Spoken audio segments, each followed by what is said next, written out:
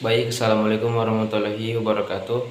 Perkenalkan, nama saya Ahmad Musli. Di sini saya akan menjelaskan sedikit mengenai pendahuluan dari makalah kami, yaitu makalah kami itu membahas mengenai penerapan sistem business intelligence dan data warehouse pada klinik kesehatan Sehat Sentosa, yang dimana klinik ini memiliki 3 cabang dan melayani sekitar 500 pasien per minggunya.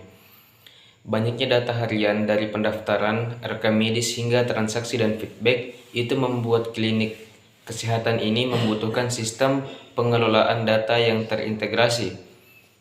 Nah, permasalahan yang kami angkat yaitu mencakup bagaimana cara mengintegrasikan seluruh data operasional, bagaimana proses ETL dilakukan, serta skema data seperti apa yang tepat untuk analisis OLAP-nya, dan yang terakhir itu bagaimana visualisasi data dapat membantu pengambilan keputusan klinik ini agar lebih cepat, akurat, dan efisien. Baik, di sini saya akan menjelaskan mengenai tujuan dan manfaat dari sistem yang kami buat. Untuk tujuannya itu dari penerapan sistem ini adalah untuk menggabungkan seluruh data dari berbagai bagian klinik seperti pendaftaran, media, apotik, dan keuangan ke dalam satu pusat data yang konsisten. Selain itu, sistem ini juga bertujuan untuk meningkatkan kualitas pengembalian keputusan dan mendukung analisis layanan secara menyeluruh. Untuk manfaat yang diperoleh itu antara lain peningkatan efisiensi operasional, deteksi cepat terhadap masalah layanan, serta peningkatan transparansi keuangan. Dengan data yang akurat, klinik dapat meningkatkan kualitas layanan dan bersaing lebih baik secara industri kesehatan. Baik, assalamualaikum warahmatullahi wabarakatuh. Perkenalkan, nama saya Sayyid Rafsanjani Al-Mahdali. Di sini saya akan menjelaskan tentang sumber data dan proses ETL. Sumber data utama berasal dari 5 sistem, yaitu sistem pendaftaran pasien, rekam medis elektronik, apotek, sistem keuangan, dan survei kepuasan pasien. Setiap data dari sistem tersebut perlu diolah agar siap digunakan dalam analisis. Proses ETL mencakup tahap ekstrak, yaitu pengambilan data dari database dan file CSV.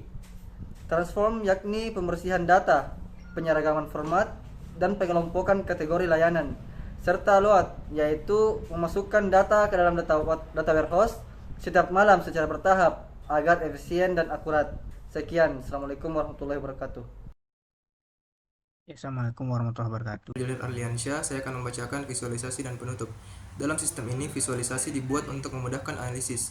3 visualisasi utama yaitu pie chart untuk melihat distribusi metode pembayaran pasien, heat map untuk menampilkan kepuasan pasien berdasarkan jenis layanan, serta grafik bulanan total biaya untuk memantau pendapatan klinik.